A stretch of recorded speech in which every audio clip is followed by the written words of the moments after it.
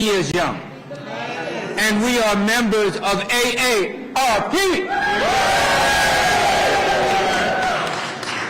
And they have me juggling today from one place to another. I just left the Health Committee hearing, joint budget hearings. I had my own committee meeting this morning. I had a press conference, and now I'm here. And I'm going to be leaving here to run to another place because the majority has a press conference at 11:30. But I needed to come here to see you. And yes, they wrote some words for me, but the most important thing, that you are here advocating for workers together so we can call Age Strong New York. Seniors demand budget equity. Yes! Save lives in waiting lists for aging services. So all of the things that you want, Age Strong New York State. And I'm with you. And if you're ready to march, you know, one thing I did at a press conference last week, and you know, because I walked 150 miles from New York to Albany for funding education.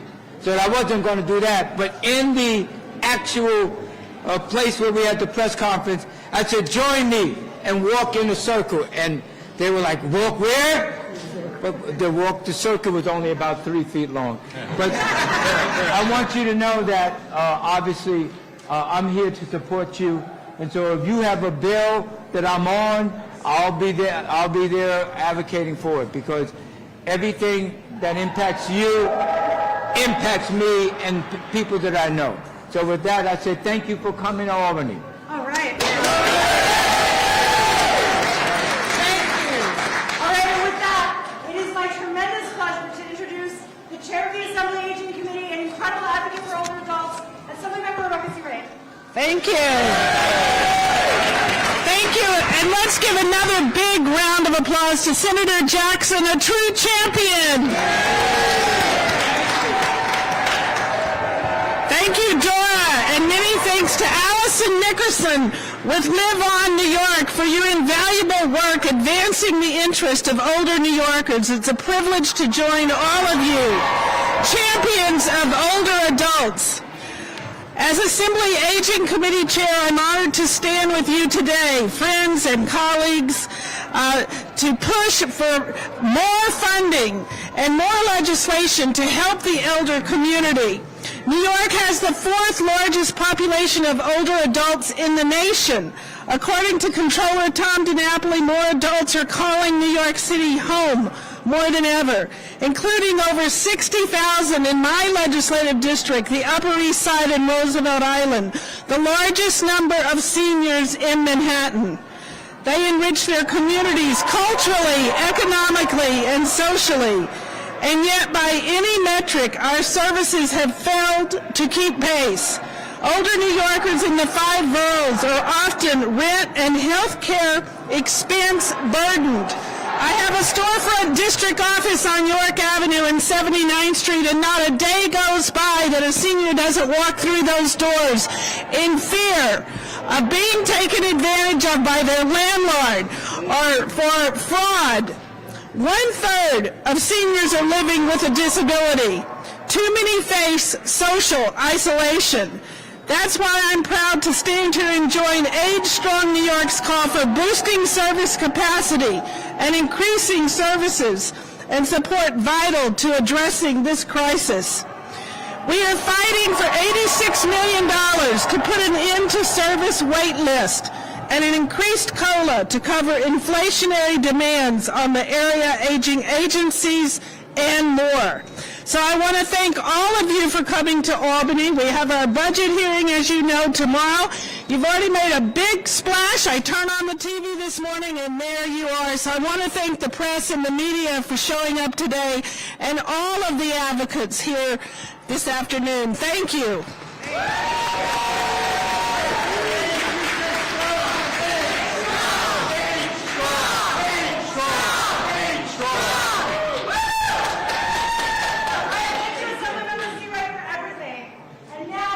Great pleasure to introduce another incredible advocate, another member of the Assembly Aging Committee, someone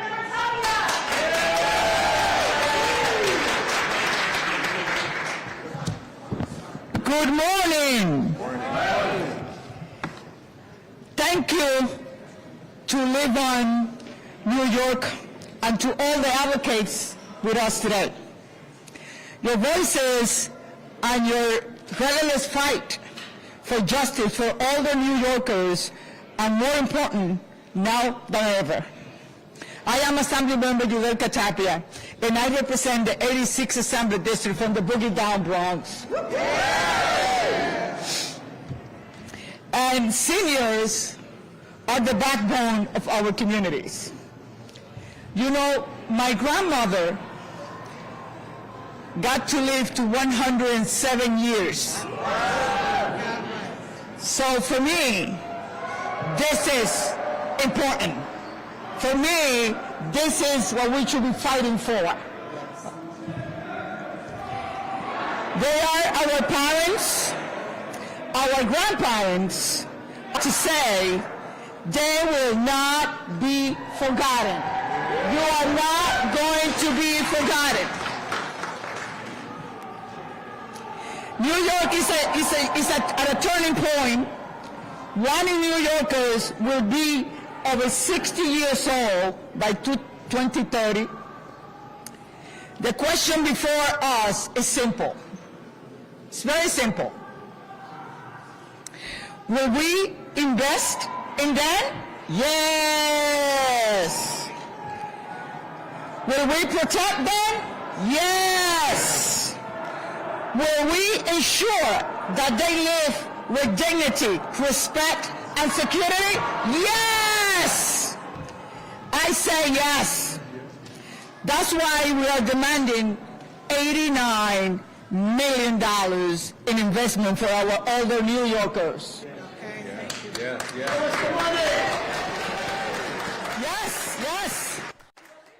Services wait list.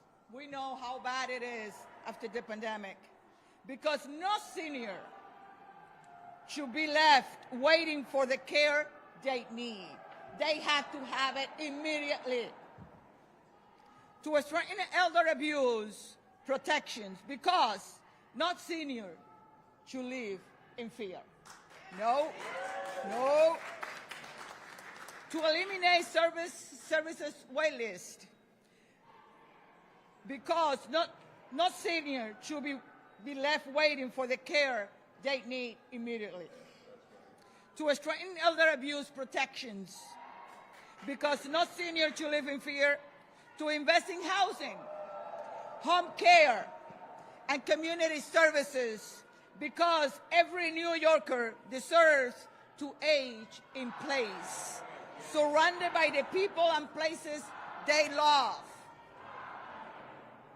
Older adults contribute, let me tell you, $72 billion in taxes every single year.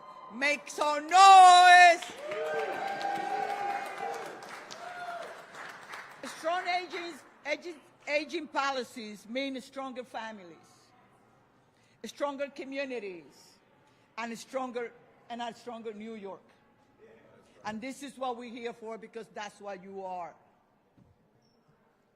We already know what happens when we underfund aging services. Families struggle, caregivers burned out, emergency rooms fill up, medical costs skyrocket. We can do better, and we must do better, and we will do better.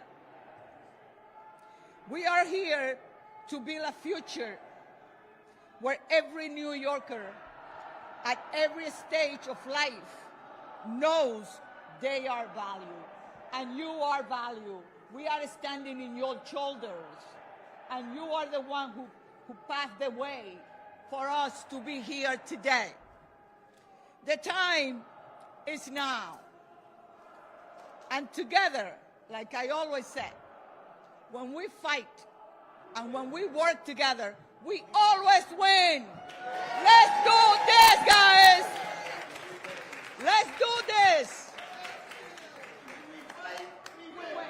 When we fight, we win. Strong.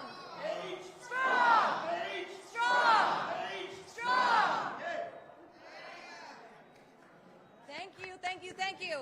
Statewide, the Aging Association, AARP, Lifespan of Greater Rochester. The point of this campaign is to make sure that all people, regardless of age, have access to health, well-being, and can participate fully in our economy and our communities as we age. Our state is leaving people behind because we do not have the structures, the systems, the policies, and the budgets to make sure that all people can live the way they want to live as they age.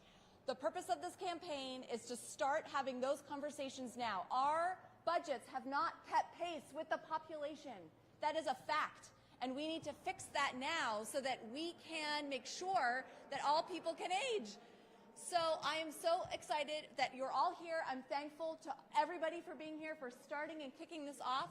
I want to hand it over to our wonderful Chair of Aging, Senator Clear, who's going to speak next. Thank you.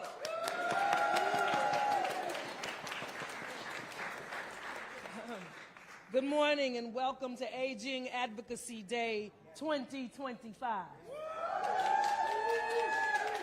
It's a wonderful thing to see everyone here today. Special shout out to our new Assembly Aging Chair, Rebecca Seawright. I know she was here earlier. And to leaders and members of the Big Five aging groups in the state, ARP, LiveOn New York, Statewide Senior Action, Lifespan, Association for Aging in New York, and all the other groups, including God and Riverside that I see here today from my district.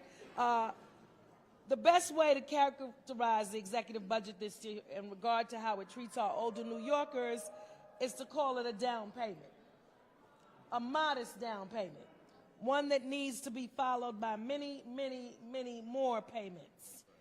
Older New Yorkers in New York State, as has been mentioned, contribute over $72 billion, billion with a B, dollars a year in state and local taxes.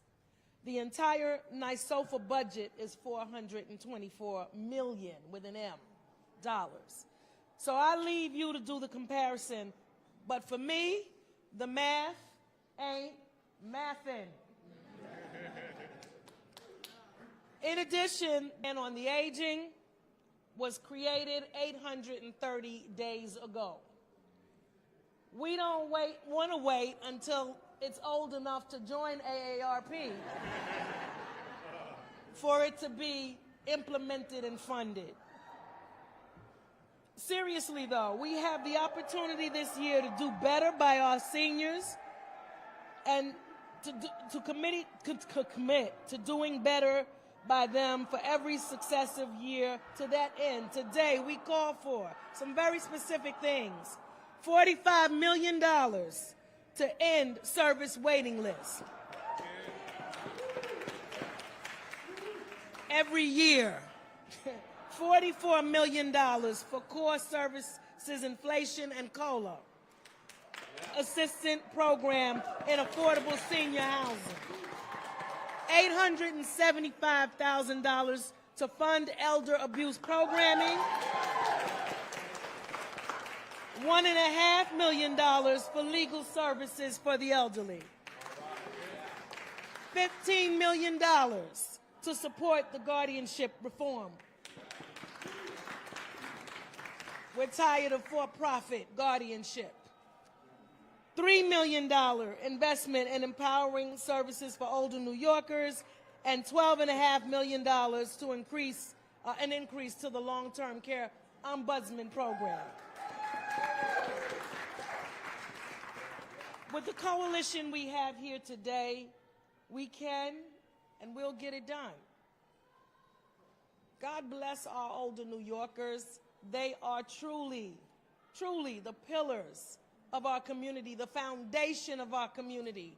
These are the people who gave us service, who were our teachers, who ran our cities, who raised our families. Some of them raised 2 and 3 families.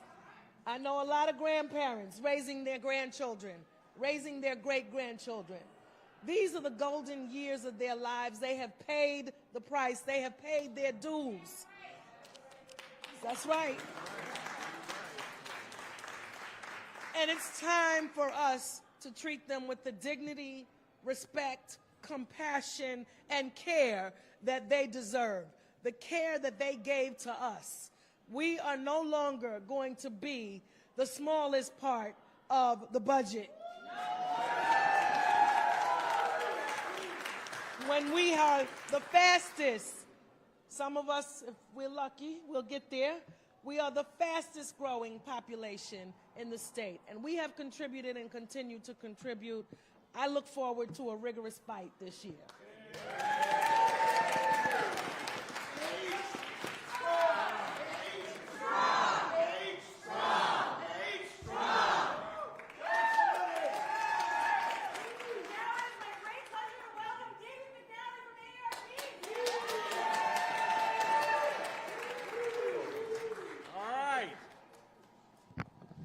Welcome, everyone. Good morning. It's great to be here with fellow advocates for our older New Yorkers from across the state as we continue to fight for the funding and support our older adult loved ones, friends, neighbors need to age with dignity and respect in their homes and communities.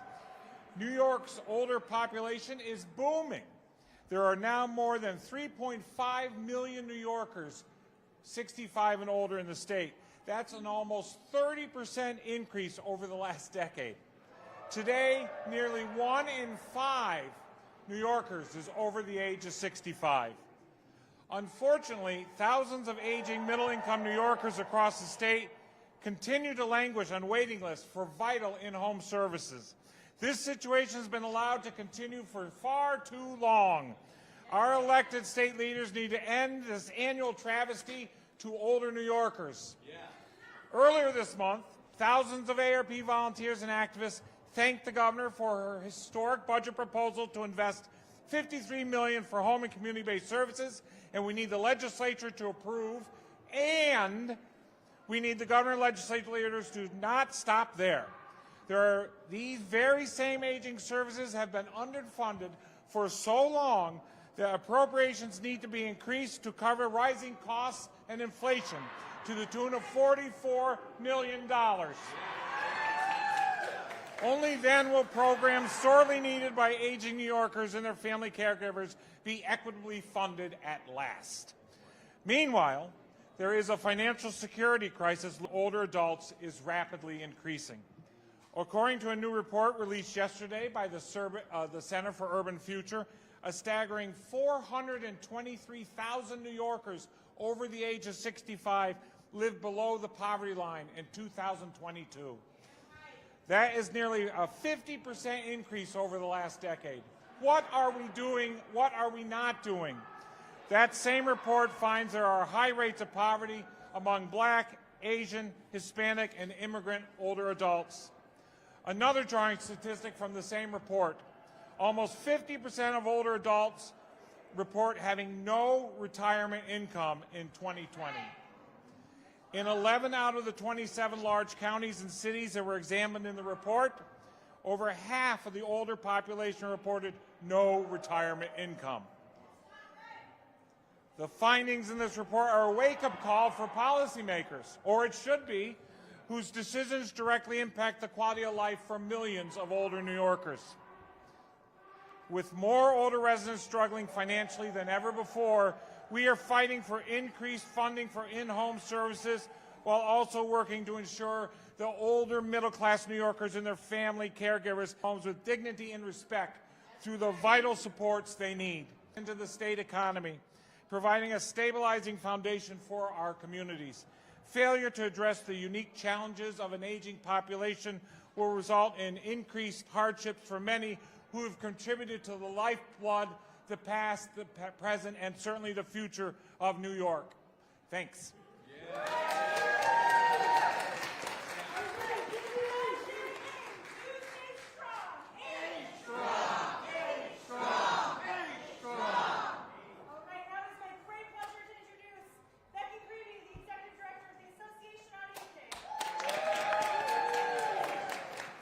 So I'm going to talk about equity, and I'm going to talk about math. New York State is home to 20 million people. We have almost 5 million people over the age of 60 in the state of New York and 4.1 million caregivers. So we're talking about half of the population of the state of New York. And guess what was absent? in the state of the state, in the state budget book, and in any conversations in the hearings that have been held over the course of the past 2 weeks. Older adults. It is far too long of a time that we have ignored the value of the older population.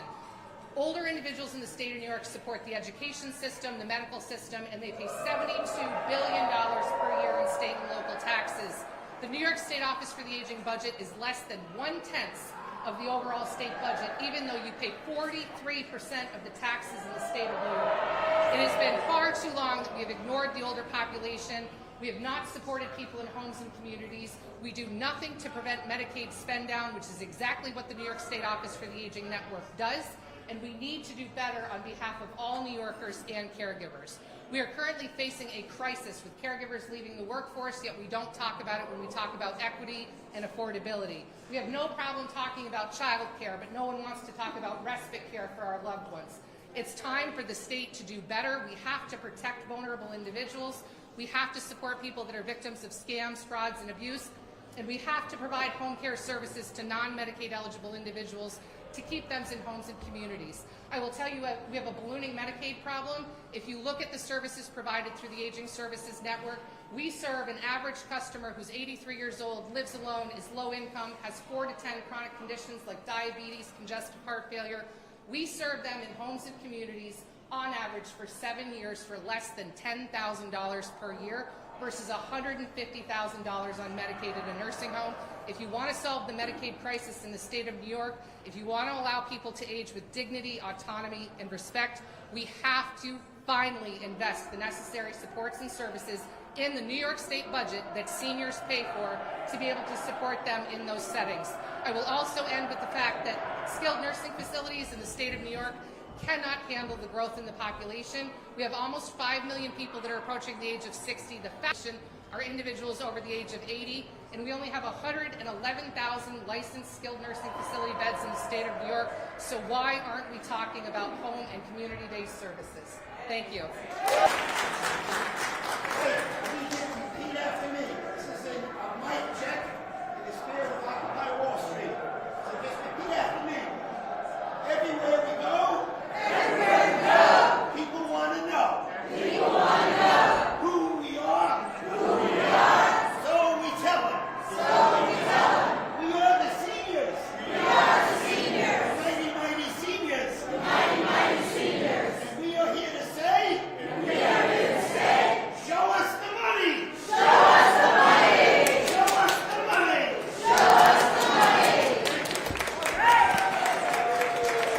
Next, I would like to introduce Maria Alvarez, the Executive Director of Statewide Senior Action. It's great to see everyone here today. I want to keep it short because everybody here said so much. I don't want to repeat myself. But seniors 65 and over, 1 in 5 is you. We are 20%. 1 in 5 people in New York State are over the age of 65. We need 1 in 5 of those dollars that people are paying into other things to come our way. So we're gonna fight. We're going to demand our equity, and we're gonna win this battle. Thank you. All right. Our next speaker is Kimberly George from Project Guardianship and Karen Nicholson from the Center for Elder Law and Justice. Thank you, LiveOn New York, for leading us to ensure New York stops giving older adults the short end of the stick. I'm here as a representative of Guardianship Access New York, a coalition of aging service providers and advocates trying to get New York to do the right thing and provide public guardianship services for New Yorkers who have no one else to help them at a critical inflection point in their lives. Right now, New York has a law that mandates a guardian must be appointed if a judge decides a person needs one. But there is nothing in place to ensure a good guardian will be available. It's a broken system that leaves too many New Yorkers at risk. Guardianship judges across the state report they have difficulty finding appropriate guardians for 1/3 of the cases they hear each and every day. We are very proud to be working with our partners on guardianship reform efforts, including the Center for Elder Law and Justice. I'd like to introduce Karen Nicholson. Hi, everyone. I'm here today representing the Center for Elder Law and Justice, but I am also a proud AARP member and volunteer, so I'm very happy to see my people here. AARP.